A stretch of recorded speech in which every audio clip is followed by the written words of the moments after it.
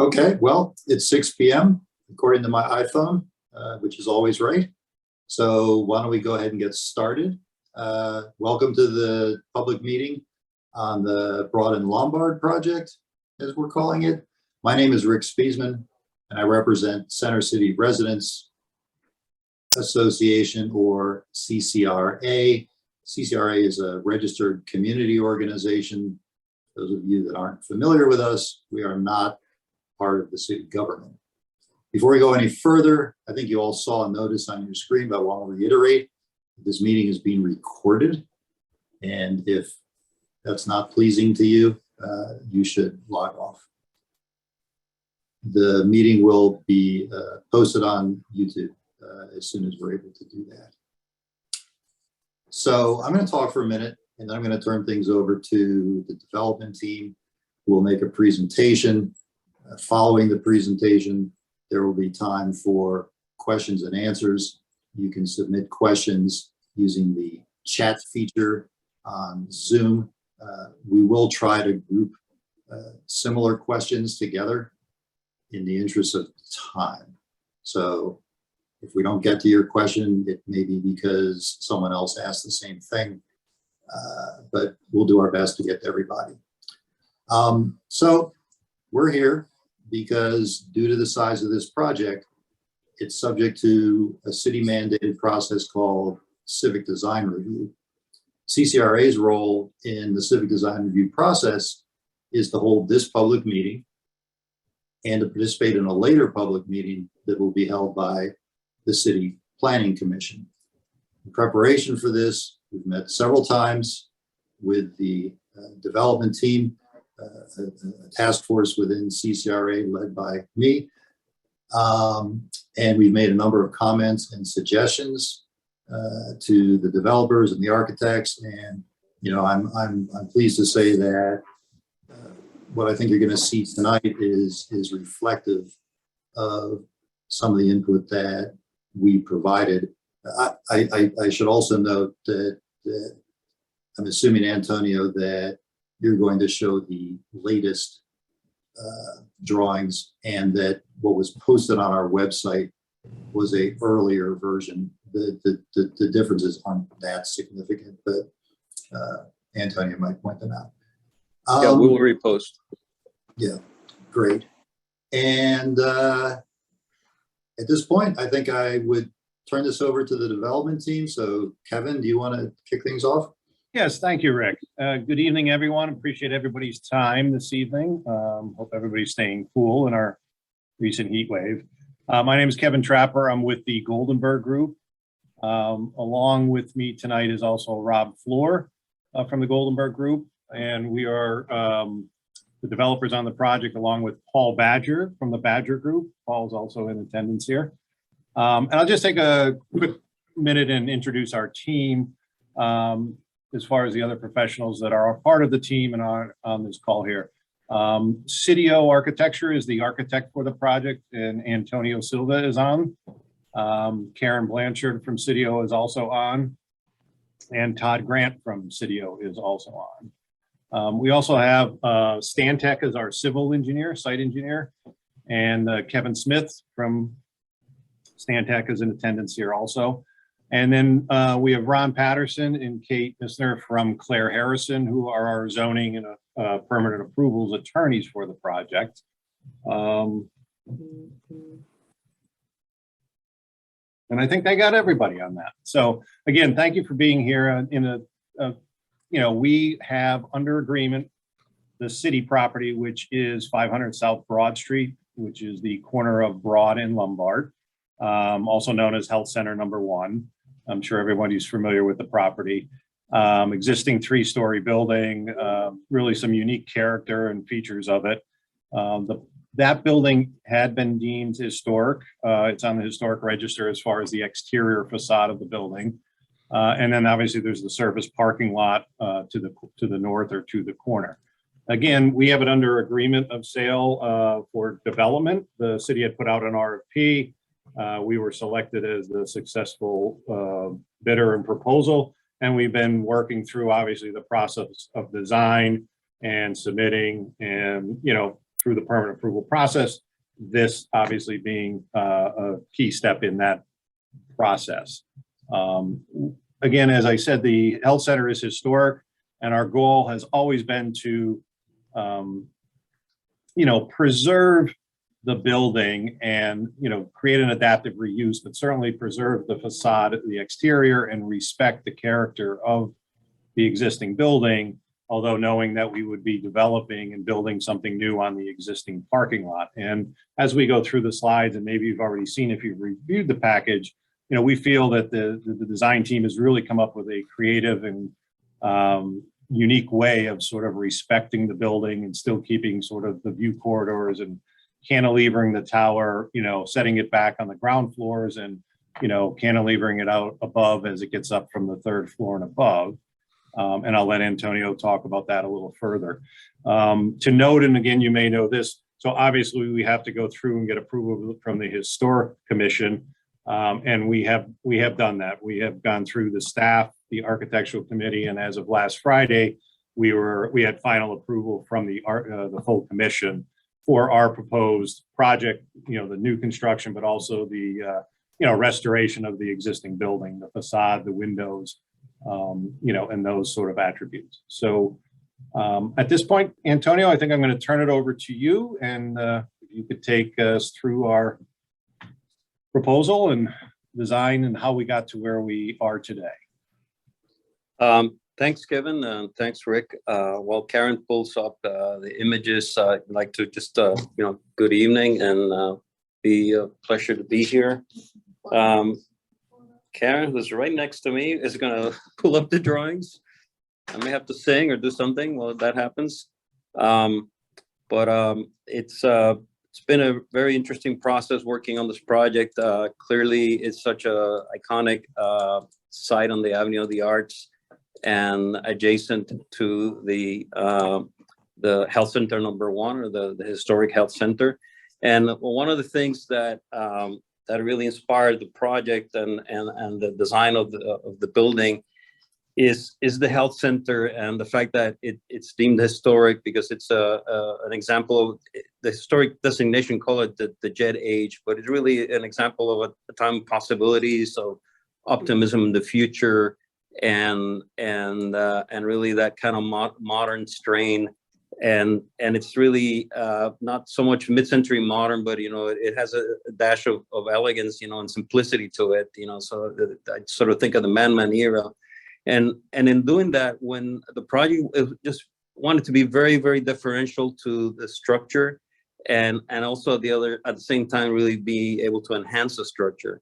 And one of the things is at the crucial corner of Broad and Lombard, where also there is an exit of the subway and where the buildings meet, we wanted to be able to let the building breathe, the health center breathe and have space between the two, and also let the entire corner breathe, so that we could really be able to see the whole side of the health center as opposed to covering it.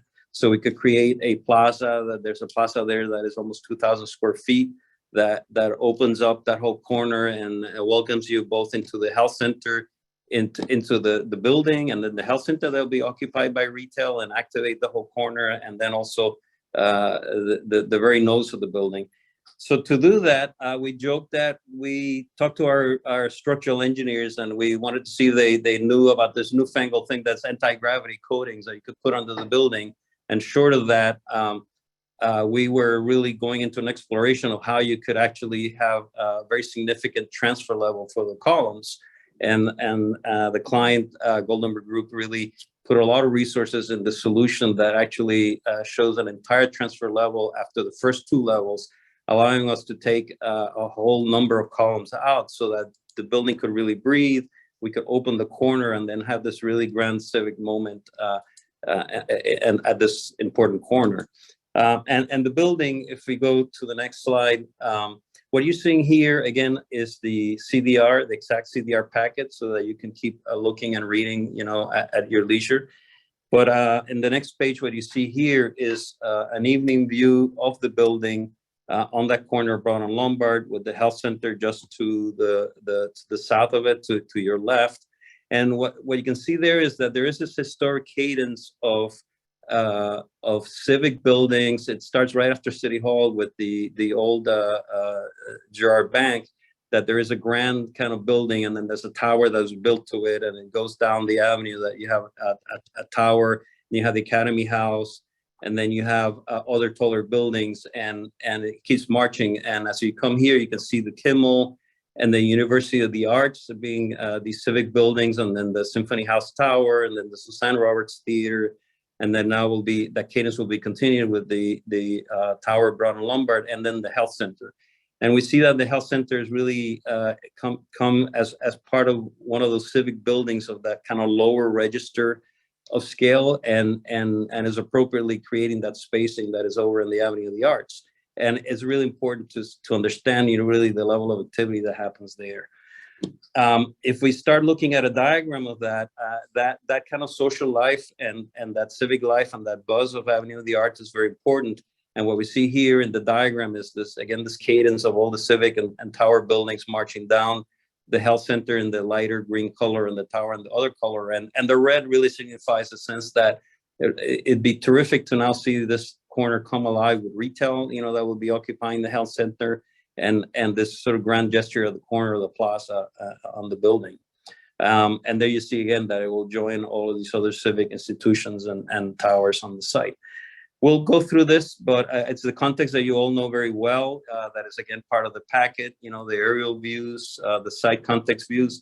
And when we start seeing here, Broad Street, and the context is actually really pretty diverse in the scale of the different buildings, in the style of the buildings, and there's really a great variety. But on the other hand, there really is again a register of these civic buildings, and then the taller buildings. That is something that is being continued, and again more views of Broad Street. And this is a context again. I'm going through this. You all know well. And what you see here is a view of the tower. This is almost like the vantage points for one might be Art House, or it's actually a drone that we flew in there and took this view, photoshopping in the tower. And what you see here is that on the corner, there's the shaft element that rises up and then starts dissolving into the sky as the tower gets narrower, and then it sort of becomes transparent glass on the top. And then what is holding the tower, so to speak, on the south and on the west is this banded pattern that follows on really a play or homage to the stripes of the Health Center, which is sort of parts of the tower that are more solid versus parts that are more striped. And they're marked by this sort of horizontal banding that happens along as well. And you see there what we call the light bulb with the corner Broad and Lombard. Going through the Health Center's clearly a really significant, interesting building. The Goldenberg Group is going to polish this building like the gem that it is, and it's not maybe that evident right now, but it will be, when the parking is gone and the building is cleaned up. And we think of it as an emerald or a jade, that will be beautifully preserved. The brick and the building is really in great condition, but repair the block. They'll have retail in there and some beautiful lighting. And what you see there on the bottom is the view of the north of the elevation of the building. And the new building will be up against it. But again, as you saw in the renderings, we'll have that breathing room. And when you're in the lobby of the building, on the side of the building, you'll actually be able to see the whole side of the building so that it would not be covered. The client's not putting the building right up against it. And really, again, came at a considerable resources that were put into really being as differential to that as we could. Following through here, what you see in the dashed line is the greater unity of use site, and the light green building is the footprint of the Health Center. The darker green is the tower, and you'll see that there is also a historic townhome that is part of the property that is adjoining, that is just going to simply remain as is, as part of that whole kind of row of historic townhouses there.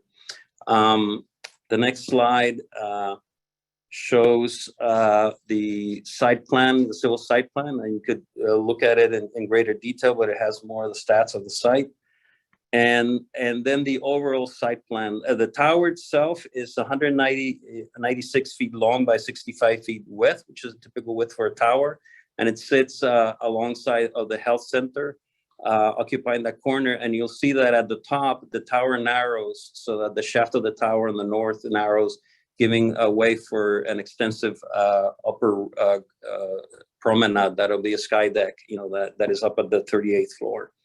The next floor shows an indication of the tower is the rectangle on the top, and the bottom is what used to be the basement of the health center that had mechanical rooms and so on.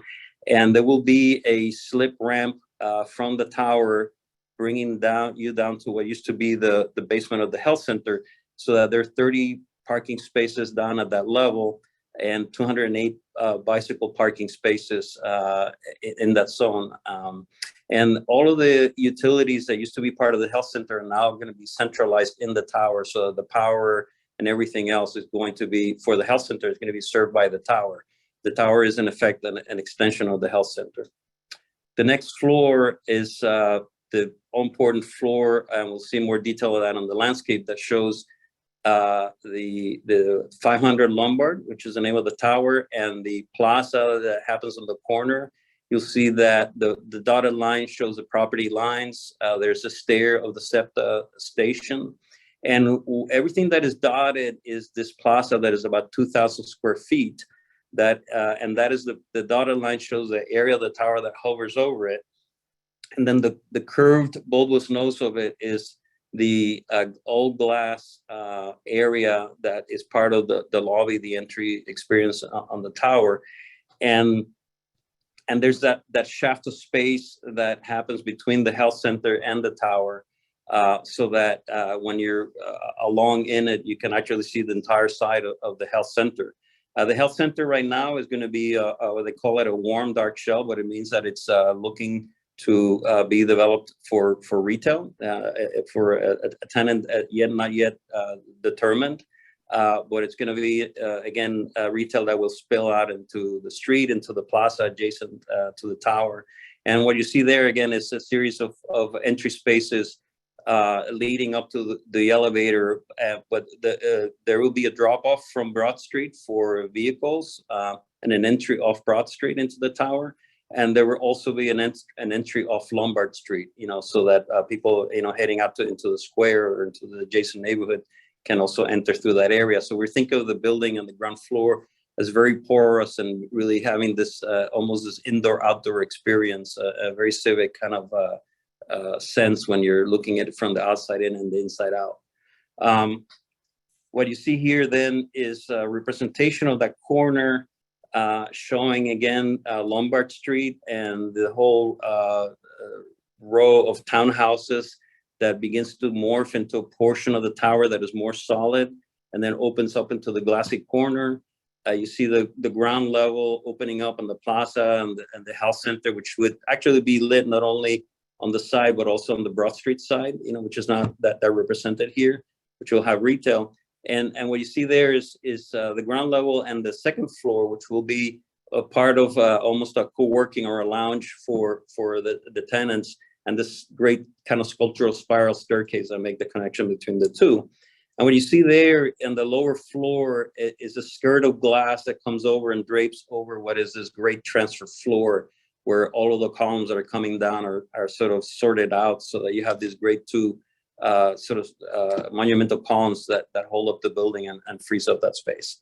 The next view is a view on Lombard Street, and this is actually a very important street in the sense that we thought hard about maintaining the cornice line of the existing historic townhouses and the sense of craft and brick materials and the kind of almost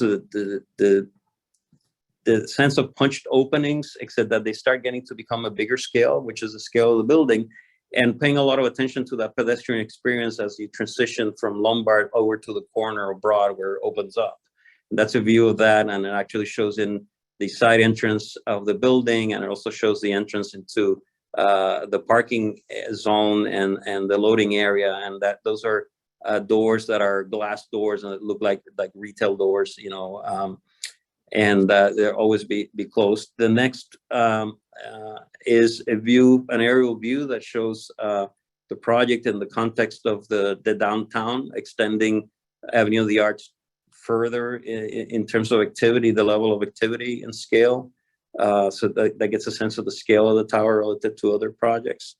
And the next view is a kind of we call it a clay model, and then looking at the project and the shaft of the corner that rises up and then start dissolving into the sky, and the plaza and the light bulb kind of moment at the bottom exposing the north side of the health center. And then the next view is, I believe, the same on the south. And here we start seeing again that on the south, the stripes of the tower, they go from the sort of vertical shaft of a glass and fins to a more banded look that is again a play on the banded elements of the health center, where in this case in more muted colors, and letting the health center sort of shine in its own emerald color, and the tower being kind of a more kind of muted in colors. And then the view on the right is a view from the west looking towards the southeast there again. These are the sections. So the tower is 40 occupiable stories, out of which 36 are unit floors, and the 2 lower level floors and the 2 upper level floors are amenity floors. The overall height of the tower is 442 feet and 6 inches. And in terms of other stats, it's the tower is 516 square feet, and the health center is some 80,000 square feet. So what you see there on the bottom left is the health center, and we're cutting actually through the section of the health center that has a 2-story space. And then the dark yellow color are the amenity spaces. The light yellow are the residential floors. And then at the very top, the gray is sort of the mechanicals that sort of fade out into the sky. And then the other section is a section on the lengthwise. Next slides are sun studies at different times of day. So we can look at these, both here at 8 a.m. in the morning, both in the summer and winter solstice, and in the fall and spring equinox. The same in the next slide at noontime. And then the same in the next slide at 4 p.m. later in the afternoon. And those, again, are all in the packet that will be distributed after the meeting, a updated packet.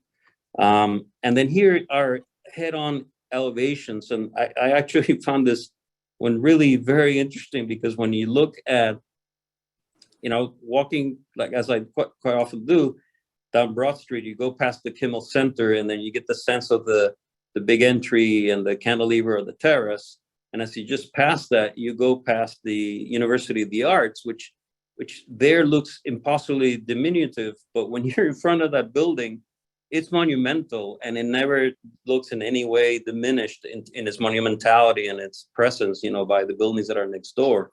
And when you see it in the head-on elevation, it's really almost mind-boggling, the scale of it, how that building really holds its presence, such a jewel that it is. And then you have, of course, then the tower of Symphony House, and then that lower register of the Suzanne Roberts Theater.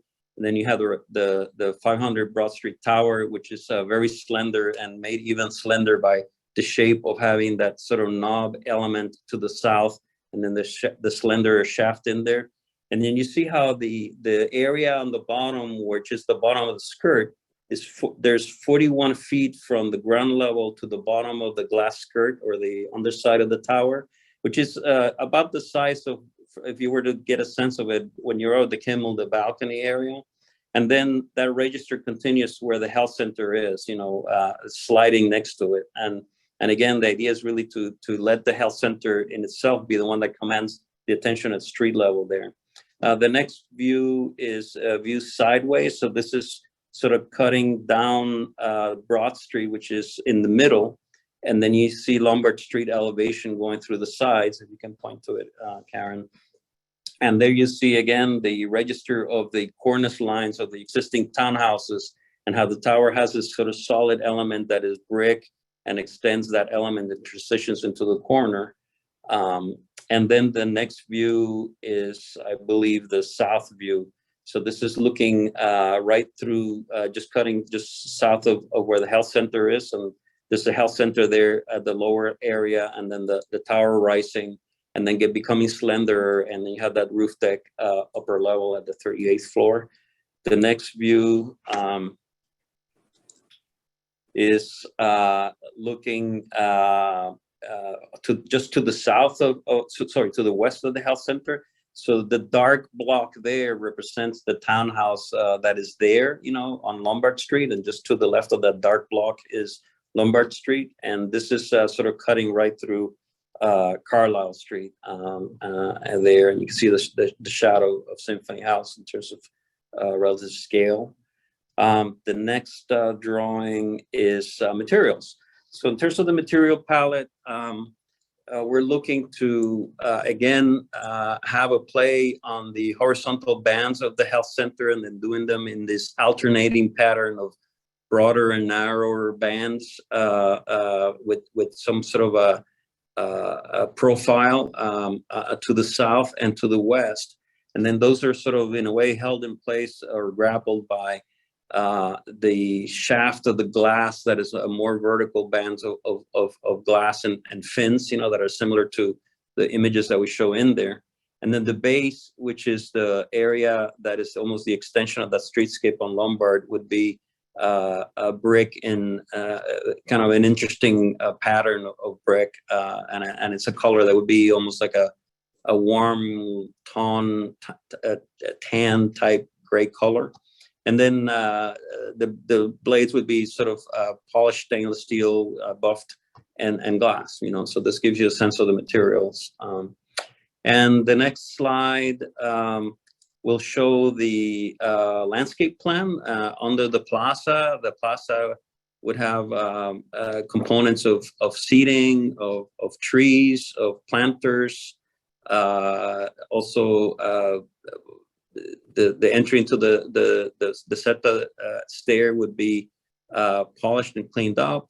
And you see there those big oblong columns are the columns that hold up the whole thing as it's levitating over the plaza, and some of the elements of landscape. And again, the important thing is that the retail that will be in the health center is the retail that we foresee could be seating that is on the plaza, and activity that will spill into it as is the comings and goings of the great number of people that would be living in the tower. So that's a detail of that, and you also kind of noticing that there's a correlation between the materials on the inside and the outside, so that this feels almost like a inside-outside space. The next slide, floor plans. The top is the second level. That is really almost you imagine being there on the second level of that glass piece. Be a great vantage point to catch in the hubbub of activity on University of the Avenue of the Arts, daytime and nighttime. The connecting stair, and the front is that lounge that is really more like a working area lounge, and then the back is really more of the leasing areas and for the service and for the people working on the building. And then typical floors, just the division of the typical floors, and there's a variation there from studios to 1 and 2 bedrooms. And then the next slide has some more the typical apartment floors.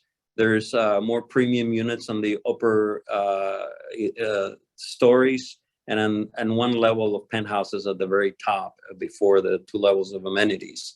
The next floor that what you see is the amenity floor, that on the top, that first amenity floor opens up into a grand kind of living room that faces out east, and then to the north to the really spectacular views of the skyline, further lounge, fireplace, and areas for dining and meetings. And then on the south, we envisioned this great promenade that we almost envisioned. It's almost like taking a walk down the deck of a ship, so that it'd be few places where you can actually walk east and west and catch either the sunlight, the sunset, or the sunrise, and promenade in there, and then catch this breathtaking view of the south and of the city. And then along that seating areas, and then really having that grand promenade, and then of course a kind of infinity type pool facing out west. And then the very top floor is all devoted to health center, sauna, spa, and both the active areas, and then the more kind of aerobic areas. Those are the plans. I think what comes up next is, I think this is the last image, just again, circling back to, the civic nature of this building and its frontage on Broad Street, and really the inspiration of this being for it to be an addition that will make the health center really shine and very much activate this with retail and activity. So that was quite a bit, but we hopefully take any other questions or comments or following through this. Rick, did I burn through all my time, or am I okay? I think you did great. Thank you, Antonio, very much. Thank you, Antonio. So Kevin, did you have any, or anyone else on your team have comments before we go to questions? No, I think, I'm sure there's various questions. I see some of them popping up in the chat and everything like that. But again, I think, I hope everyone is pleased and see the vision that we see. Certainly this will transform this area and this property in general.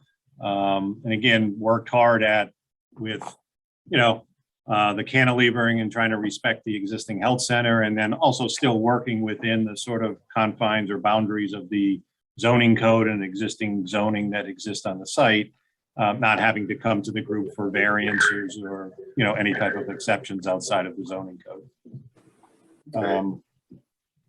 Paul Badger, any thoughts or comments you want to make before we get into questions?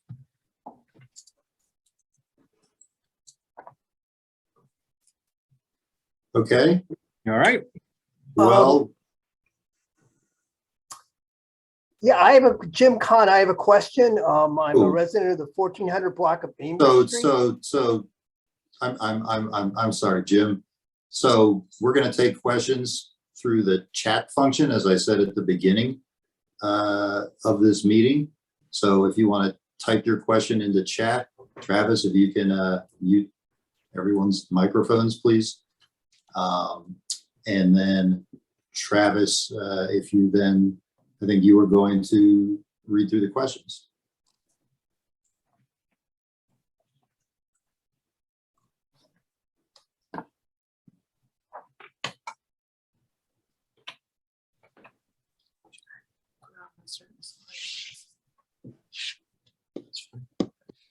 Travis, are we good? Yeah, we're good. Yeah.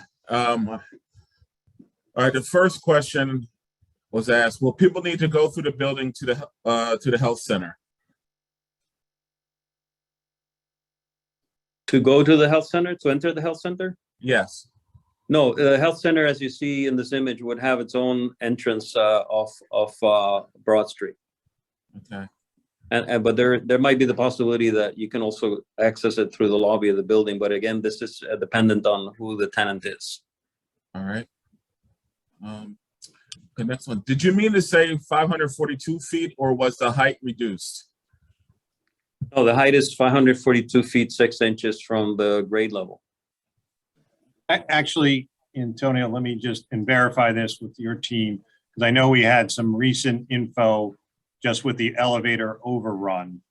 So correct me if I'm wrong. I think the overall height, not so much occupiable floors, but the elevator core, the overrun of the elevators is adding 10 feet. So if you go to the very top of the building, and Antonio, correct me if I'm wrong. Yeah. I think it's 552 feet 6 inches, which is something literally that just sort of came out in the last day or two. As we've been working through the design. Yeah, so it's just appreciating when your client corrects you, but you're right. Kevin, thanks for mentioning that, and Todd is confirming this here that I misspoke there. Yes. But the drawing, the numbers are correct in the slides. So, yeah, so the slide will be updated, and we'll resubmit an updated package with that clarification or correction on it. Yeah. They're correct right now. Again, Yeah, no they're correct. additional They're floors. correct now. So they're correct. And again, that's a late entry in terms of the elevator override. Correct. Again, no additional floors of occupiable space. It's just a small part of the building that pops up for the elevator core. All right. Okay. Thank you for the clarification. Will the plaza be open to the public? Yes, Yeah. yes. I mean, we'll be part of a open area, and we're not going to restrict anybody being able to go in and out of there. Obviously, we will control it as far as trash and, making sure it doesn't become a public nuisance. But we feel it's, just open and inviting, and depending on how the retail comes together for the health center, of possibly some of that spilling out onto that plaza. So again, it's a sort of activates the streetscape. All right. Will the spa be open to the public? The spa right now, the plan is it's not a full service spa. There'll be probably a steam room, jacuzzi. There may be private rooms for if a resident wants to have like a masseuse or a therapist come in, they can use that room. So it will not be open to public. To answer the question, it's mainly for residents, but don't think of it as like a full service spa, like at the Ritz-Carlton or something like that. It's just sort of a small area off the fitness center. What is the timeline on this project? We're under a pretty tight timeline with the city. They're keeping our feet to the fire. Our goal is to try and close on the ground by the end of this year. And probably start construction, first quarter of next year. And, total build out will probably be about 36 months from start of construction to, let's say, moving people into the building. And that's sort of rough right now. We'd love to obviously compress the construction time, but, right now that's sort of the best guess as far as construction time. So Travis, I think we missed a question, at least the way they're queuing up for me. Which was essentially why 30 parking spaces? Right. I'm sorry, what was the question? Question is, what was your purpose in setting the number of parking spaces in the top to 30? 30 is what fit inside, basically in the footprint of the existing health center. As you'll see in the application, there's also another 20 parking spaces that are located on the east side of Broad, about a half a block up, basically the surface parking lot, just catty corner from our site, which is a site we own and control. So there's another 20 parking spaces. Actually, there's a total of 36 parking spaces there. Per zoning code, we need 50 total parking spaces for the property. So the 30 in the building and the 20 off-site. But again, as parking is an interesting thing, as I'm sure we all look at. We have some other residential properties that, people live and work in the city, and they don't have cars and they don't pay for it. So obviously there's other parking in the surrounding areas that if we need to, valet and provide parking or arrange for parking on some of the other parking garages, that'll be something as we lease up, we'll manage that. I hope that answered the question. All right. Will the health center be rehabbed concurrently with the tower construction? Yes, the plan is to, as Antonio said, certainly rehab all of the exterior, and we will, demo all the offices and everything that's inside the building. The city's about 80% out of the building now. They're still using some of the areas. Obviously, they'll vacate when we take possession of the building. And our plan is, we would love to have at the time the tower opens, that is, open and we're opening up tenants there. That will somewhat determine how it leases, leasing it up and everything like that. But at a minimum, the full exterior will be rehab, replacement of the windows, cleaning of the brick, repointing. And then the inside will be set up as sort of a warm shell ready to receive tenants. But we're hoping, between now and 3 years from now, that we certainly will be able to bring some exciting tenants in there. It's just a little early now for tenants to be thinking that far down the line. All right. Since the land area of the charter school building is being used to generate the FAR for the tower, what happens to the charter school building? The zoning plans calls for it to be removed. I'd have to check that, because the plan is just for the Kevin Smith, can you opine on that? I mean, the plan right now is for the charter school to remain. Yeah, the zoning plan accounts for the FAR for the charter school. It's about 46,000 and change that remains. So Kevin, do you want to make any comment at all about potential possible future plans for the charter school? We've looked at a lot of different scenarios as far as what to do with that property, and nothing that we could comment on or commit to at this point in time. It's still very much in flux. We're really focusing on this project that's in front of us. That property, the WCCS property, is something the Goldenberg owns. So, the health center, which is again, as I said, we're under an agreement of sale with the city, and they've got our, keeping our feet to the fire to get that to the point of closing on and develop. So we focus on this right now. So yeah, we would be, remiss to say anything as far as leading to any ideas for that next building development at this time. How many total residential units? There's 472 residential units. Let's see. Is financing in place yet for both buildings? We are currently in the process, and we're out in the market for financing.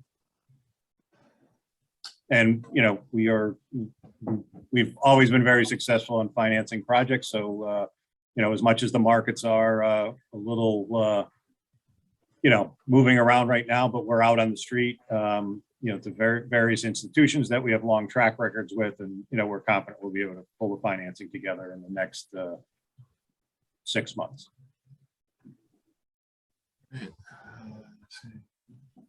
All right, in the original plan, there were 2 towers and extended to South Street. What is the anticipated plan for the areas beyond the health center? As I said before, we have been looking at a lot of different ideas, plans, uses. Right now, there's nothing that we can really comment on beyond what the project is in front of us.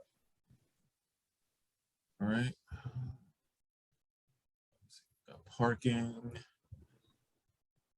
How about the University of the Arts question? All right, is University Arts involved in the project? Currently, this project they are not involved in. Early on, certainly before the pandemic, we were talking to the university about potential some housing requirements that they had and other uses, and that certainly when the pandemic hit, all that was put on hold. Again, not to say that it may or may not be part of anything down the road, but not part of this project now.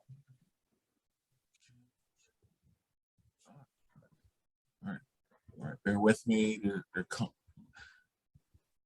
What will the materials be on the underside of the tower? Tony, I'll let you take that one. On the materials be on what side? The underside of the tower. Yeah, so we're envisioning a material that is very luminous. Obviously, the light bouncing and the sense of daytime and nighttime luminosity there is important. So we're envisioning a material that would be almost like a polished plaster, almost like a Paris plaster, or a material that is smooth, but also not shiny, but reflective and light in color, off white. Travis, can I take a couple? Sure, go ahead. So please provide details on the zoning. Are multiple sites being used? What is current zoning on those sites? And how is the FAR determined? Yeah, we can go back to the zoning plan. Right. So we're going back to the image. This is a unity of use site, and the FAR is derived by the by the area, the square footage of the site, subtracting the areas of the existing buildings, which is both the charter school, the townhouse, and the health center, and then taking the zoning and applying the bonuses that are part of the zoning, and then that comes from there. And Ron, if you wanted to keep on with that question. or Kevin? It's Kate, actually, Antonio. Kate, I would sorry, just, I would just add to that, that there are 9 existing lots in this location. So the proposal is to use a unity of use and then take advantage of all 9 lots. The bulk of those lots are zoned CMX4. The small 1422 Lombard townhome lot is currently zoned RM1.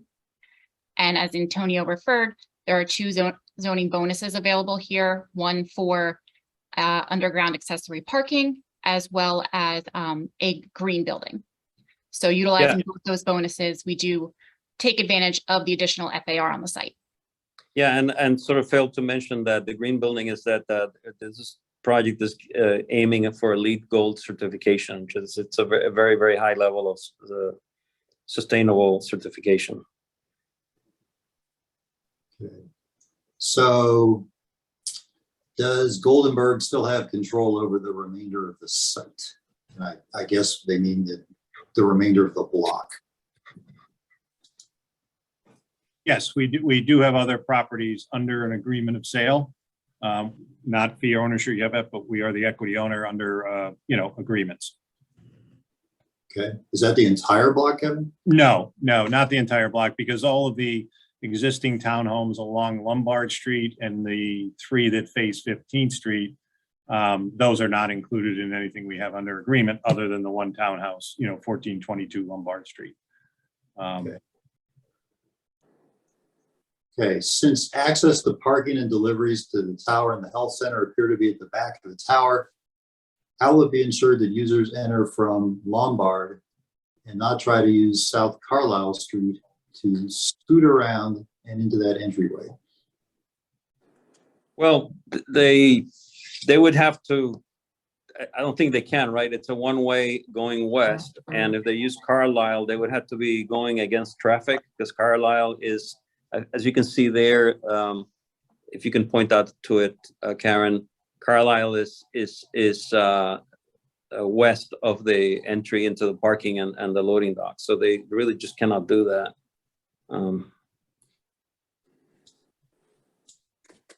But the way people drive in the city, people do crazy things. But no, I really don't think anybody would do that. How will the building project mitigate construction vibration damage to neighboring historic buildings? How will the building design mitigate bird strike damage? How will the building mitigate light pollution? What is the plan for fire department access in the event of an upper level fire?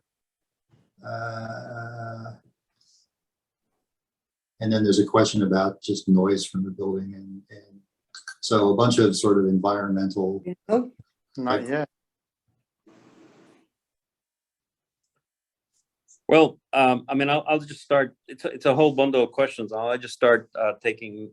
Obviously, there are a lot of codes in building codes and city codes that deal with all of those issues in terms of levels of noise, levels of light pollution, and so on. So the building will be complying with all of those,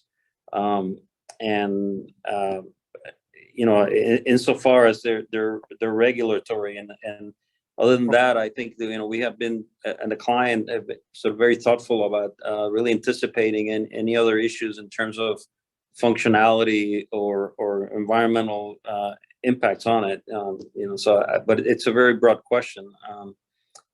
We could address it as we go forth, but. And I would also offer, one of the reasons that we included the one townhouse was to create a buffer to the other historic townhouses. We're going to keep the townhouse that for 1422, but again, our thought was we weren't building right up against some other neighbor's home. It'll be our property. So, during construction, it may be used as a field office or even vacant for the time being, but gave us that little bit of buffer between the construction site and the next residential house. But I don't know about the building down the corner.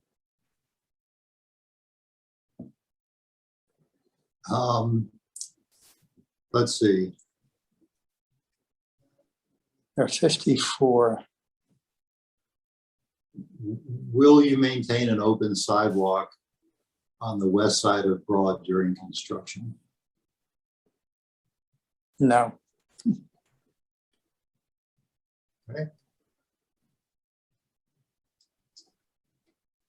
Starting to get a little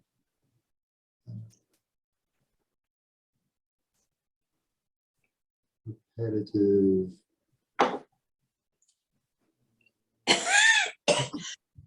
Is this to be a pet-friendly building, and is pet walking facilities addressed within the space?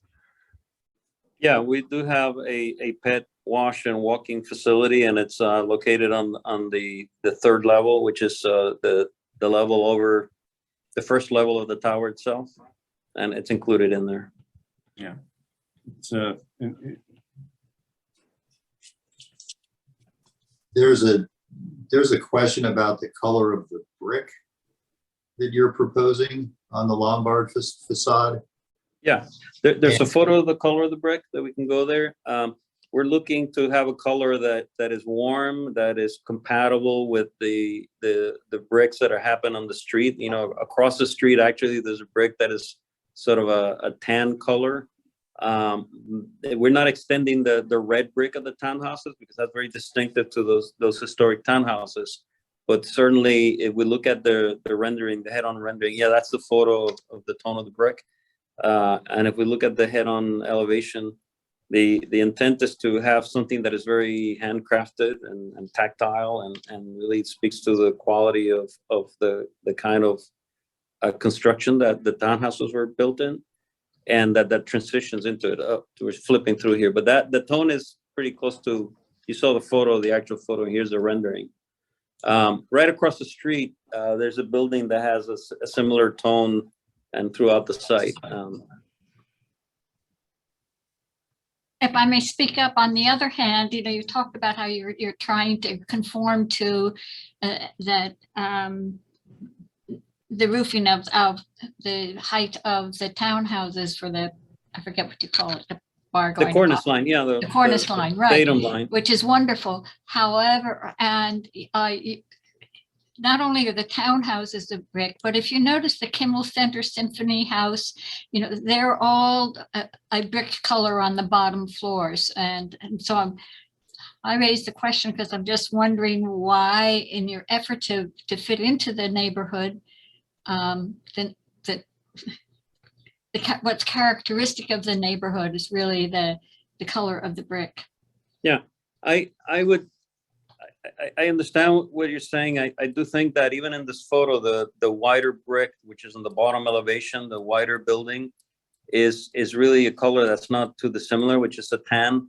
Across the street, they're tan colored bricks, and all throughout, you know, the charter school building is a brown brick. So I think that it's important to keep it in the tone of warmer colors, I think, so that it blends. But I think that what we're doing here is really transitioning from the townhouse and being respectful of the cornice and the vertical and the punch windows and the craft of brick, but really creating a transition so that it's not like we're slapping on something that looks like the same thing, you know, but it's transitions into a slightly bigger scale. It transitions to morphing into a color brick so that when we get to the tower, there's a kind of again a transition, because I think the red brick right next to the green of the health center might be clashing. So it's really kind of a transitional element, just to keep using the word, and again that informed by not the typical red brick townhouses there, but a lot of other things that happen on the site. So I'm going to ask again that you please ask your questions through the chat feature. There are a number of people on this call, and if everyone started talking, it would be pretty chaotic. We're pretty close to wrapping this thing up, I think. Let me see. So someone asked this question twice, so I'll ask it. Would the owners or residents of the new building own the health center? Well, by residents, I mean, this is rental, so no, the residents will not. But we will own this building and we will also own the health center, yes. Okay. I mean, the two sort of go together. I believe the answer to this question during the presentation, the total square footage of the tower again? Yeah, the total square feet of the tower is 517,000 square feet. And the health center is 800,440 square feet. No, they 100,000. 80,000, not 800. Sorry, 80, sorry, dyslexic, 80,440 square feet, correct. That'd be a lot of retail. I know, it's a square good footage thing to you're fill. here to keep correcting me.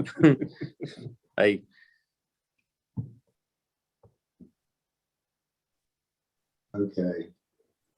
Well, someone's mad at me for saying that we needed to wrap up. So I'm not sure what reasonable questions we haven't asked, reasonable and non-repetitive. I think the long question about the environmental impacts, if someone wants to send an email about that to CCRA, we'd be happy to forward that to the development team. It's probably a little bit of an involved question for this call. You can send emails to Travis. I'm looking for the email address. Just posted it. Okay. So that was just posted. There's a question about an outdoor venue on the roof of the health center. No, there is no plans for an outdoor venue at the roof center, the health center as part of this project. We'll be restoring the roof. You know, the outdoor space on the tower is up on the top floor and it's limited to residents. Okay. Is there a restaurant? There potentially could be restaurants as part of the lease up of the existing health center, yes.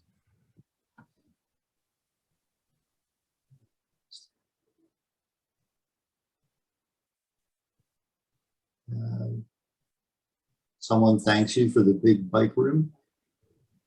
Will this be definitely apartments and not condos? Yes.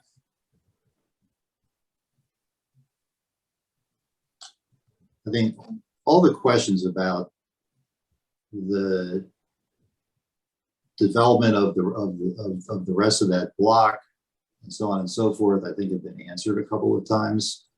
So I don't think we need to go through that again. Someone wants to know about the design precautions taken in the event of mega storms, such as the EF3 tornado that struck South Jersey last year. Well, as we speak, the tower has a little model in Toronto, and it's being put in a model of the downtown and going through extensive wind tunnel testing. And that is all being considered as part of the engineering of the structure, the superstructure, and also the skin of the building, the cladding. So it certainly will, and all those things are taken into consideration. Okay, there's a very detailed question about plantings. So I would suggest that you put that one in an email as well, and we'll pass it on. Let's see. Someone wanted to know about, sorry, I lost this one. There was a question about whether, to the effect of whether neighbors were notified about these plans. And I have an answer to that, but if one of the attorneys on the call would like to answer. Sure. In accordance with the CDR requirements, 2 separate notifications were sent, one back in May advising the neighborhood of the potential of the project, having not had a scheduled RCO meeting at that point. Then we followed up in July with a second notification, which advised of the date of this meeting, as well as contact information for everybody that was involved.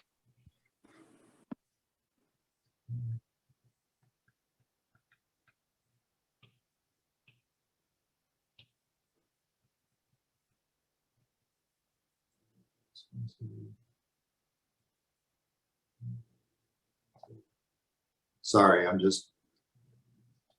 That's So okay. I here's- did see a follow-up question on the notification as well. Those addresses are supplied by city planning. We get a list of the addresses within 250 feet of the development, and we submit a certificate of mailing that certifies that we've notified all the addresses within that radius. So we have another engineering question. Will the foundation be pile supported on rock? We are, we have been there, and if you walk by the site probably a few weeks ago, we did some test drilling and did a test case on to evaluate the soils and everything. So that engineering is still in process, but I mean, it will obviously be designed in accordance with all the professional recommendations. I can't commit today whether it's going to be supported on rock or just deep pile foundations. Rock is very, very deep from our test borings. So there are several different, engineering solutions for foundations for a building of this size and height. Okay. There's a comment on the shadow diagram that it was unclear. Could that be clarified somehow in the future? Yeah, I'd like to. Yeah, a prior comment as we were working through with the CCRA subcommittee pointed that out. So this revised package has some diagrams that are enclosed and they show a broader area, and they're clearer by specifying the 3 times a day and the 4 seasons of equinox, and so that those will be supplied with the revised packet today. Which we will make available on our website. Yeah. This is. If I need to. What is your website? Enter. What is it, Travis? It's are you talking about our website or the developer's website? It's centercityresidents.org. I can type it. I just can't remember it. Yep, I'll type it in. Okay, so someone made a comment that no vote seems to be planned for this call. That is correct. We're not here to vote on anything. We're here to provide community input to the City Planning Commission. And by the way, any input that comes in, just so you know, any input that comes in this way, any input that is that comes from the City Planning Commission, hopefully the development team takes very, very seriously, but it's not binding. This process that we're in, Civic Design Review, is an advisory process. So that was actually a good question.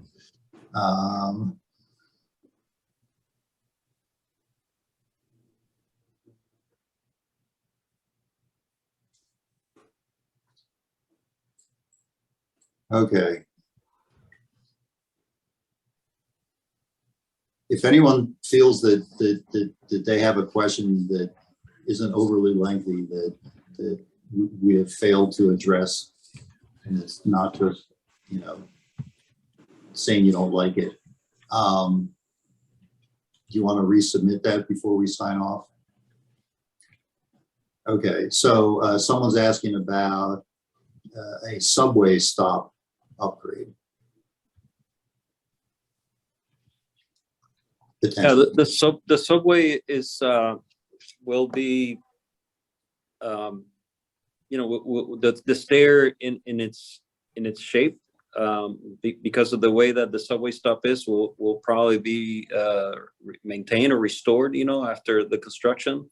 The owner has been in conversations with SEPTA, but it's an involved process. But we're thinking that it'd be great to upgrade right now the subway stop has a kind of 1970s vintage from when the Transitrons used to be in Chestnut Street, that kind of a big heavy granite slabs that look a little bit like a mausoleum. So we're looking to engage SEPTA to be able to propose a glacier entry piece that really opens up into the plaza. But again, that's an ongoing kind of conversation that will have to that's being had with SEPTA. That's correct. So someone has resubmitted a question about how you will control street people on the plaza.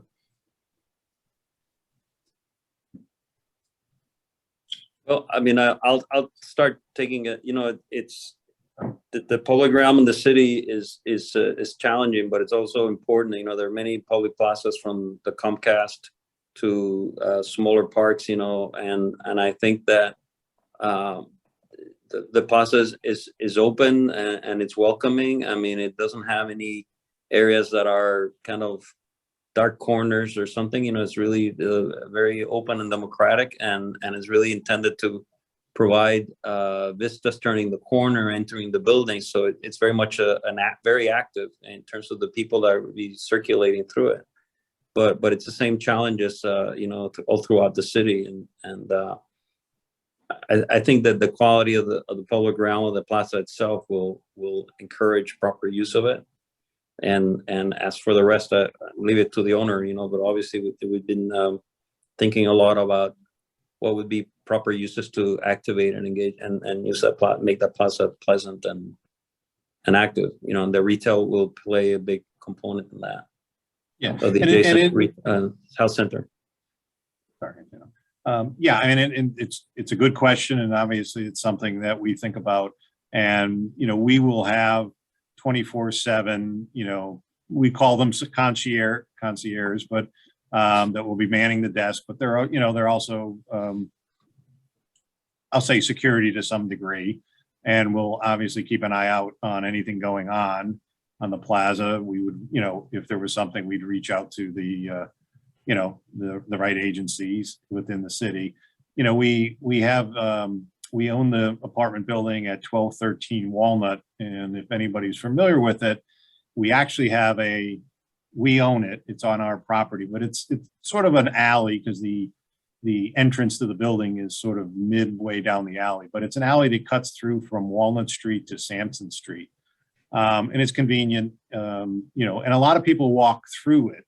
It's sort of just public access through, and knock on wood, we haven't had a lot of big challenges there over the years we've owned it, but it is something that, again, our front desk person constantly keeps an eye on, and, keeps people moving along, and if need be, calls the authorities to, deal with anything that gets out of hand. So it's something, obviously, we'll be thinking, oh, well, a huge investment here, and we want, the public and our residents, not to feel uncomfortable walking through that area or entering into the building or the retail.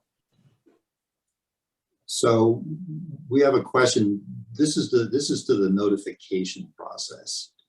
And so we have someone that feels that they live within range of the project and should have been notified, but they weren't.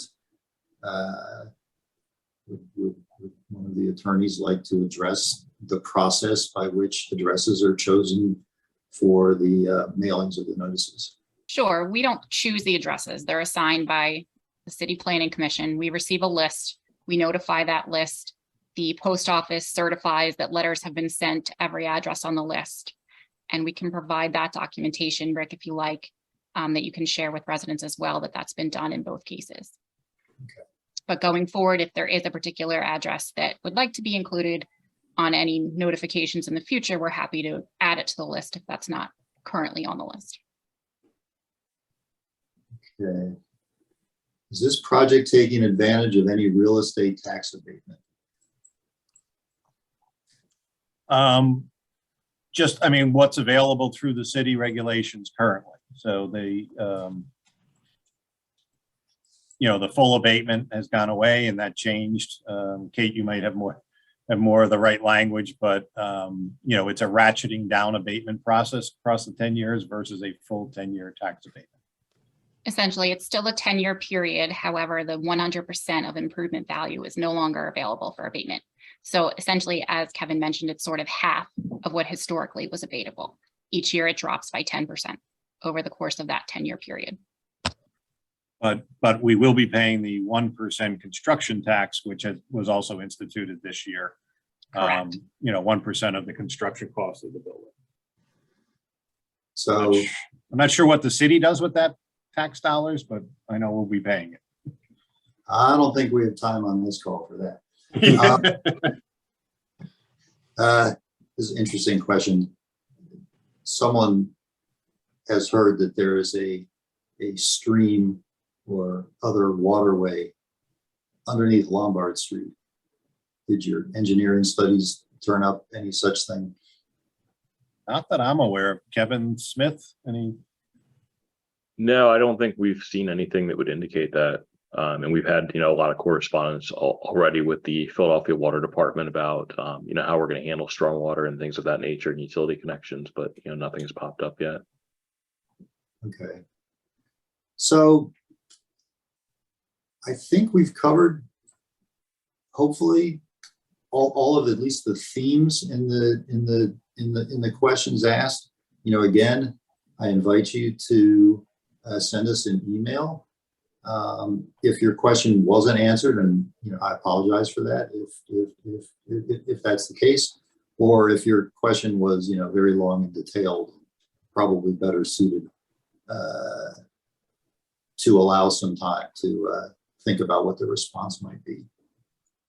So from my end, I think I'm ready to wrap this up. Anyone that I'll leave 1 minute for someone to type in a comment that says, no, I really need the answer to my question that you didn't answer. Otherwise, Kevin, did you have any closing comments or? No, other than I appreciate everybody's time, and you know, we certainly understand this process, and you know, appreciate, and you know, as Goldenberg always has, we like to come in and be part of the neighborhood, and you know, not just sort of be a fly by night or here today, gone tomorrow developer. So we take a lot of pride in what we do and the materials we select and the design, and we're very excited and feel very good about sort of the solution. You know, still a lot of little areas to refine and work on, but we hope that the general consensus is the same, and just appreciate everybody's time and effort tonight, taking time out of their personal time to meet with us. Okay. Well, with that, on behalf of CCRA, I'd like to thank everyone who participated today. You're playing an important role in the Civic Design Review process. While, as I mentioned before, the comments that come out of this process are advisory, they are taken seriously, both by CCRA, which has a seat at the also advisory City Planning Commission table, and by the city itself. So with no objections noted, I move that we adjourn this meeting, and again, thank you all very, very much for participating. Thank you, everyone. Thank you. Good night, everyone. Have a good evening. Right.